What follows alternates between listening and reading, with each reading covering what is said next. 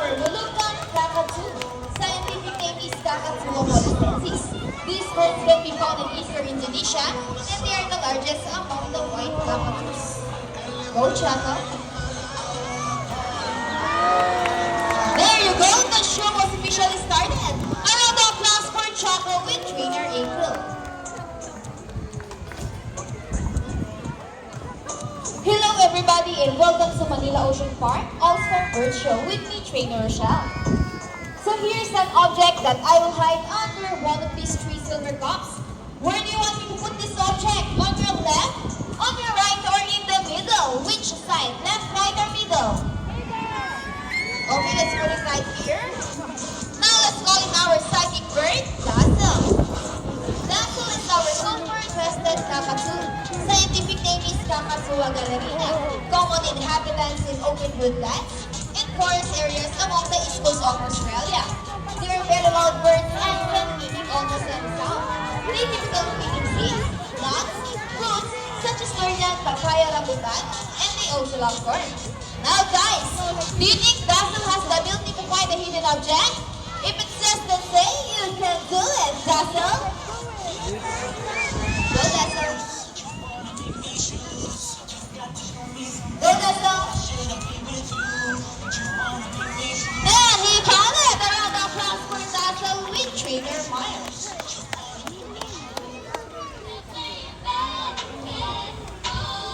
Our next featured bird is just like any married couples, monogamous, meaning their mates are partners for life. Pretty romantic, right? But as any couple will attest, in relationship, there will always be battles. Meet Sassy and Rocky, our beautiful pair of winning couple. And today, they will battle out to see who's the best in basketball game.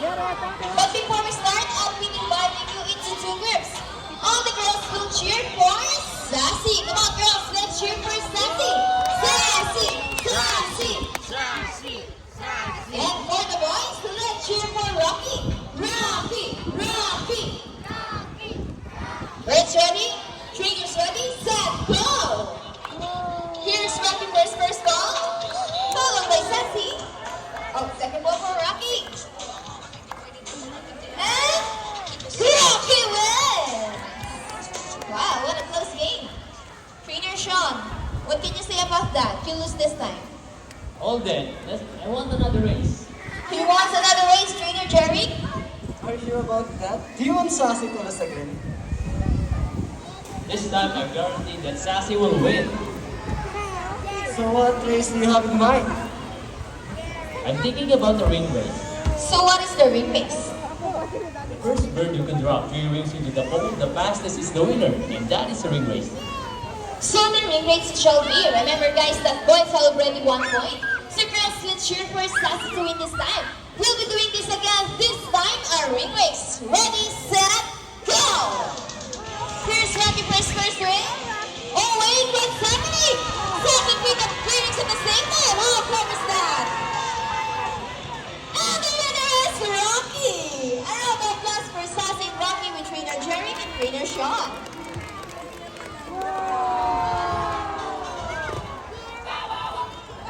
Parrots are particularly known to be intelligent and versatile thieves. That's why we continue to enhance their skills and not to get bored.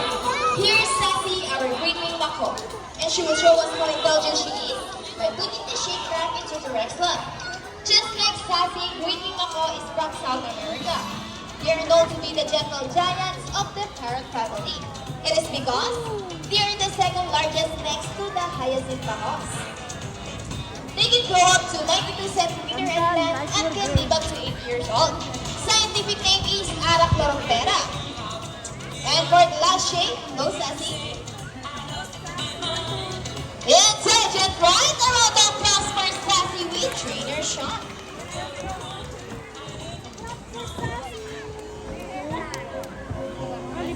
Now guys, who loves math? Everyone knows here's the addition, right? Because this next part of the program will let people baffled in a maze.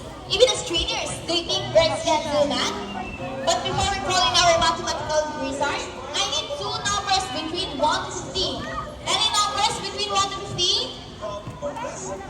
Okay, so the first number is 10. How about the second number? Okay, the second number is 8. So the equation is 10 plus 8. But before we call in our mathematical wizard, trainer Mikey will shuffle the numbers. Would you get to infinity or somewhere in that vicinity? When you choose, Now let's call in our hybrid makong, Rocky. what's the chance? Wow, look at that! What a beautiful entrance! Oh. Why don't you try again, Rocky? Come on! Andrew Wiles, Dennis Miles does his thing and voila! So once again, the equation is 10 plus 8. As he confirms the formula, jot it down in the Let's see if Rocky can do this. Trainer Mike is back ready. Go, Rocky, solve the equation for us. your feet.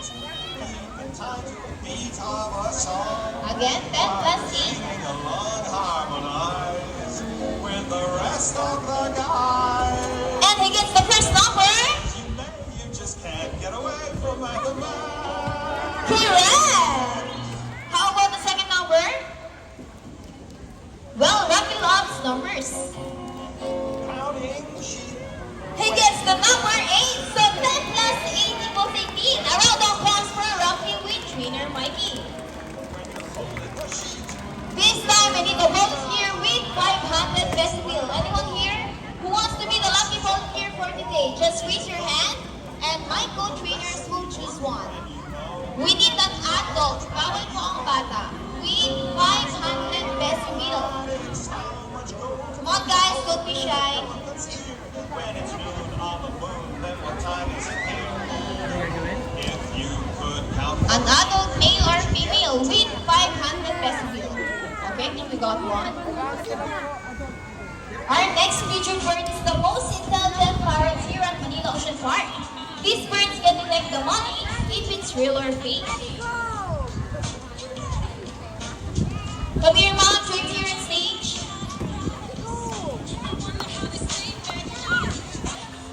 Can I have your 500 peso? Okay, all you have to do is stand right here. Face it this way and extend your left arm just like this. And I will put your money between your fingers. Do you know what will happen next? Any idea? Now let's call in our money bird, Buddy. Buddy is our Mulukan Dapat sa scientific name is Dapat Suamelasensis. Are you ready, Mom? Okay, Buddy flies over and gets the money and flies back. And I think Buddy will donate the money. Round of applause for our donor. Mom, question. Did you know that Manila Ocean Park is a rescue center for birds? No? Well, now you know your money will go a long, long way. And we are very grateful. Thank you so much. You may back to your seat and enjoy the rest of the show. How about the 1,000 decibel this time? Meron ba? Wala na. Ma'am, Ma'am Colleen, are you okay? You sure? Why you look so sad? Mom, we're just kidding. It's a part of the show. Please come back here. Okay, Buddy, say something. Before Buddy gives your money back, he wants to give you a kiss. Is that okay? Okay, all you have to do is stand right here. Offer your cheek and look at the camera. Yeah, now one more. Nice. How about on your hand? Please open your palm. Look at the camera and smile. Alright, here's your money. A round of applause for a lucky volunteer. Now that you have met our colorful and intelligent parrots, we would like to introduce to you another species of birds here at Manila Ocean Park. Birds of prey, also known as raptors, hunt and feed by other animals. The term raptors came from the Latin word rapere, meaning to seize or take by force. These birds are characterized by their keen vision that allows them to detect prey during flight. They also have powerful talons and wings. Ladies and gentlemen, please look to your left. Presenting our Dominican, here comes Speed. Dominican, also known as Heliasper sinus, one of the 146 species of birds around the world. These birds can be found in India, Bangladesh, Pakistan, along China, and including here in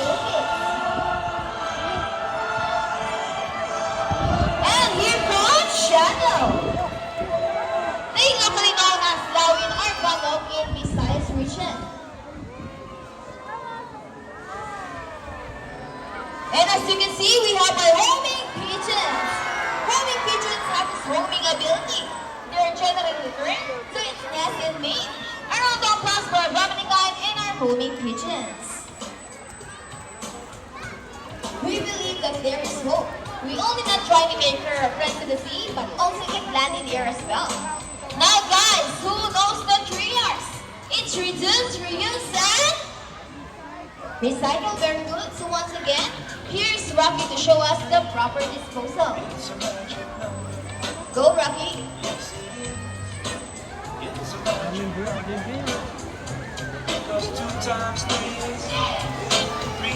Easy, right? If the birds can do it, so can we. Ladies and gentlemen, we hope you enjoy our show. Are the birds spectacular? Well, in our own way, no matter how the small efforts, let's take action in saving them from exploitation and even extinction. Let's do our part and save the world. Because remember, this is the only home we've got. Now let's present to you the birds and the trainers who made this show possible. Trainer Mark with Rocky. Trainer Sean with Speed. Trainer Mikey with Shadow. And once again, I'm Trainer Rochelle. Thank you and goodbye. By the way guys, please remain in your seat because we still have a sea line show. And please do not cross the yellow line. Thank you.